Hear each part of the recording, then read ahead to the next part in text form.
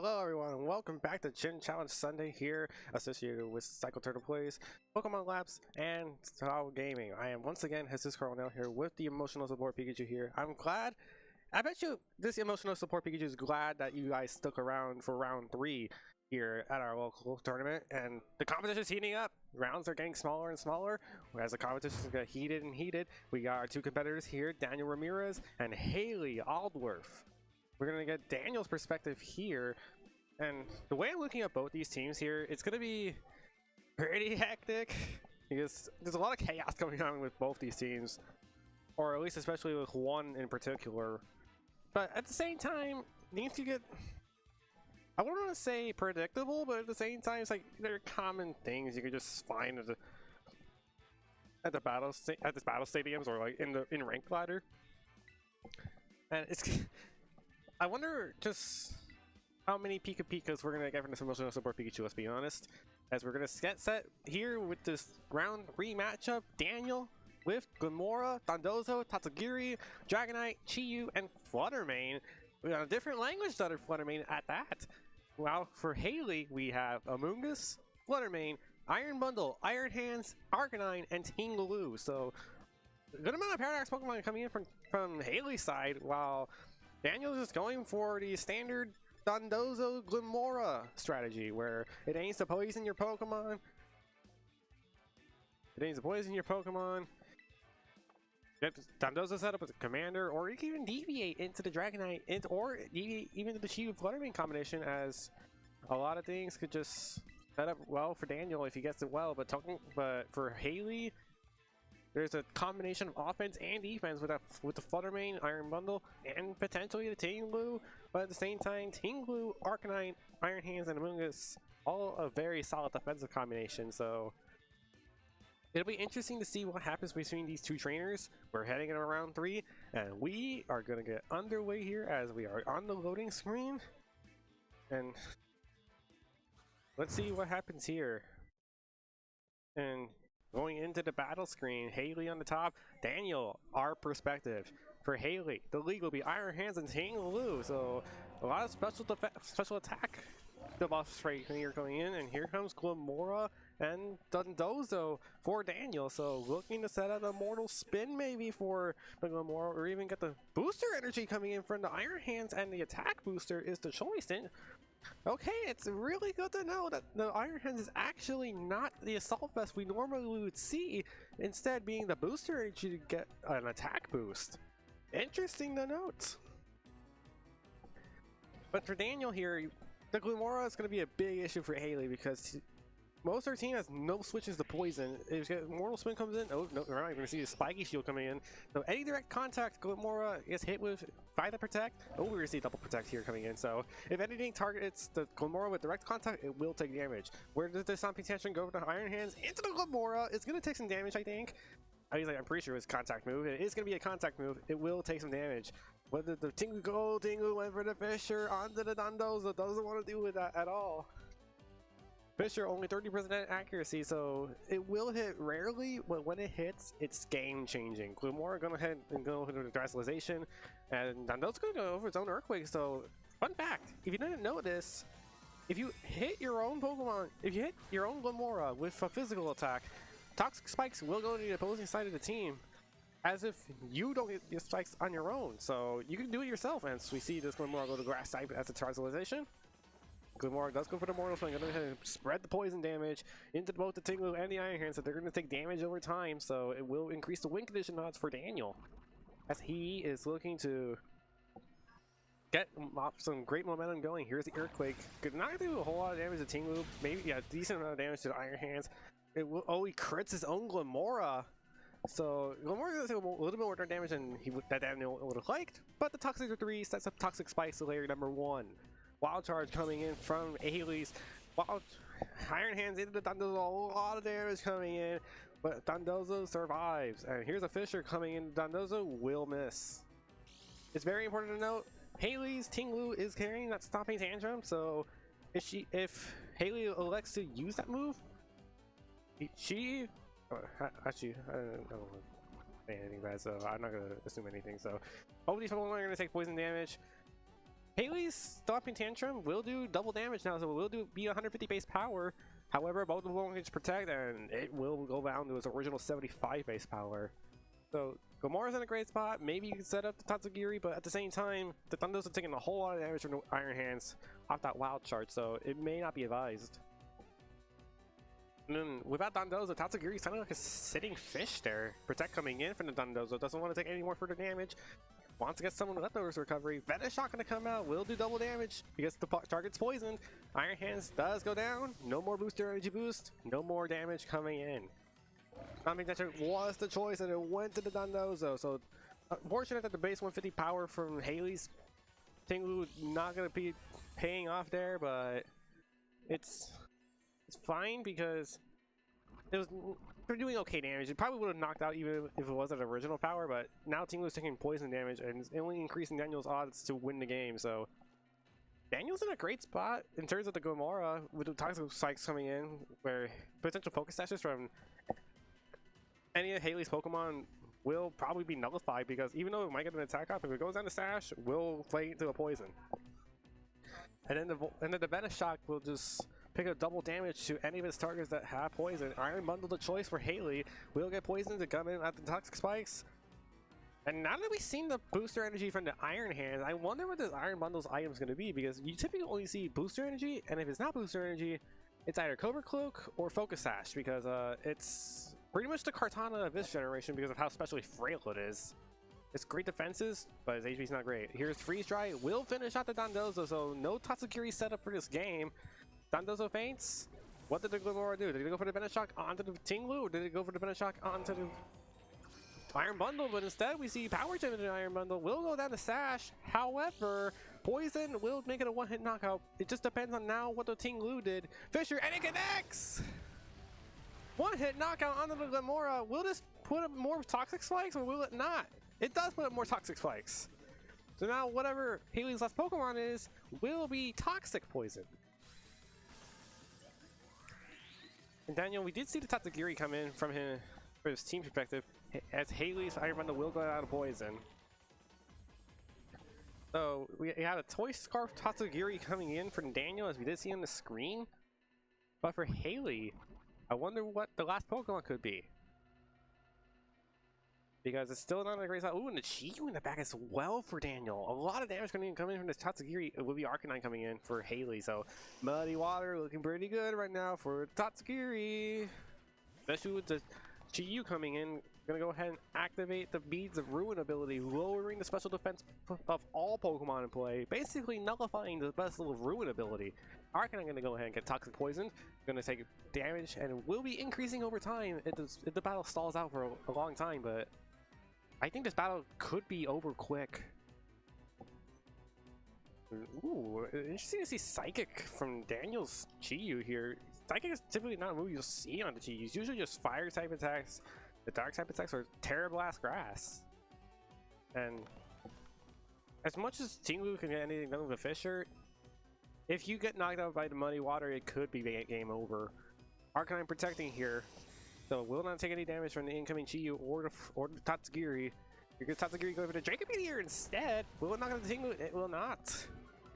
Judging from the damage, it may not be enough for an actual knockout with the Muddy Water. Heat Wave, the choice for Chiyu here for Daniel. Will connect to the Tinglu, will be a knockout. Hayley is now down to a Toxic Poison Arcanine. With a Draco Meteor intact, but it's been at -2 now. Vessel of Ruin's gone, so it may do more damage now. But this might be game over already for Hayley, as Daniel is in a dominant position right now.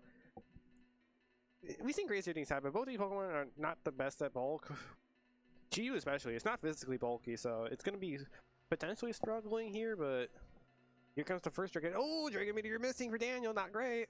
Only 90% accuracy, was at -2 anyway. Here goes the Dark Pulse into the Arcanine. A lot of damage comes in, no flinch. Here's a Wild Charge into the Chiyu, only 50 damage. And it looks like in one more turn, the Arcanine will go into his own Toxic Poison, yet the game is guaranteed over. Daniel has no way to lose this game, because if he double protects, battle is cancelled. Yep, Hayley realized that the Toxic Poison was going to knock out the Arcanine anyway. So no matter what Hayley did, we didn't see anything go out here. for them. So, as much as the Dondozo was trying to put in work, it actually put in work good in the Toxic Spike stuff, if we're going to be honest. It took a lot of damage from the Iron Hands, which basically made it a punching bag at that point, but it was a punching bag that was worth it because Tatsugiri still ended up doing a lot of damage. It may not have been able to knock the Tinglu at the time. However, it set up a lot of a position where Hayley just could not recover from, and now we gotta look into game 2 and think if any game plans change, because with more Dondozo, it turned out to be a pretty good lead for Daniel. And Hayley, even though the Tinglu Iron Hands lead looked very good at the beginning, then when the Toxic Spikes was set up, and then the Mortal Spin set up the poison, allowing Venice Shocks to do a good amount of damage, and especially how much damage the Iron Hands took from the beginning, maybe a Terrestrialization early on could have helped. Because Hayley actually never ended up terrestrializing at all that game. Never really found a precision to do so. Now I'm wondering what's the game plan here for Hayley as we're heading into this game 2 here. Daniel needs one more game to win round 3. Hayley needs to win 2 in a row. We're gonna see how much we have here. Does any of these trainers hiding any tricks? Or we're gonna be most likely seeing the same things occurring, because sometimes some things are just not meant to change, as this Iron Hand and Tinglu lead once again, but this time it's Gomora Flutter Mane for Daniel. That's what we're going to go ahead and roll our special attack of all Pokemon will affect the Flutter Mane and the Gomora here. Flutter Mane going to go ahead and use his booster energy to activate Photosynthesis to increase his special attack, while Hayley's will activate the Quark Drive for attack.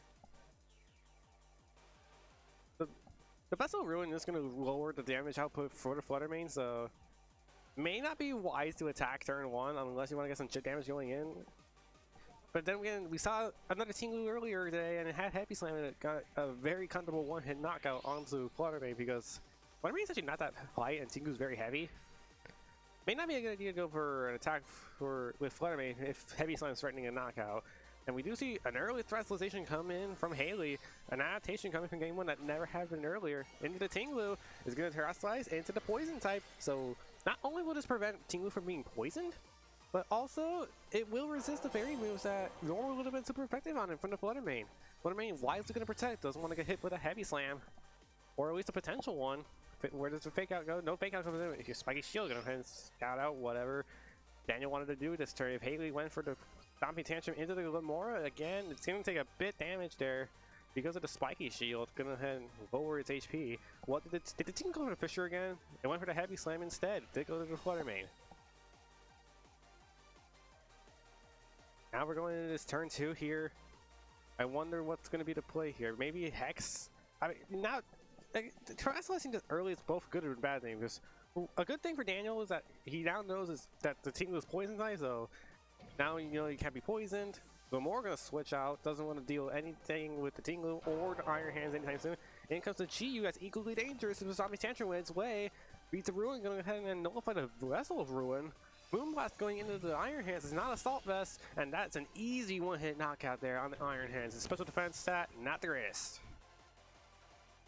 Here comes a Heavy Slam. Oh, once again, going into the Flutter Mane will pick up the knockout. Both players trading Pokemon instantly. But the question becomes, who won that trade? Did Hayley win that trade, or did Daniel win that trade?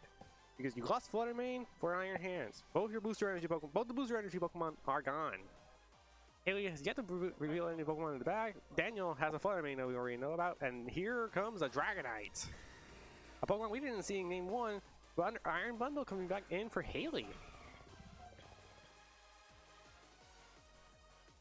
And Iron Bundle is really going to be in a great spot because it's outspeeding every Pokemon right now in this field right now. Base 136 speed, outspeeding every Pokemon in the game as of now, or at least with that Focus Sash intact.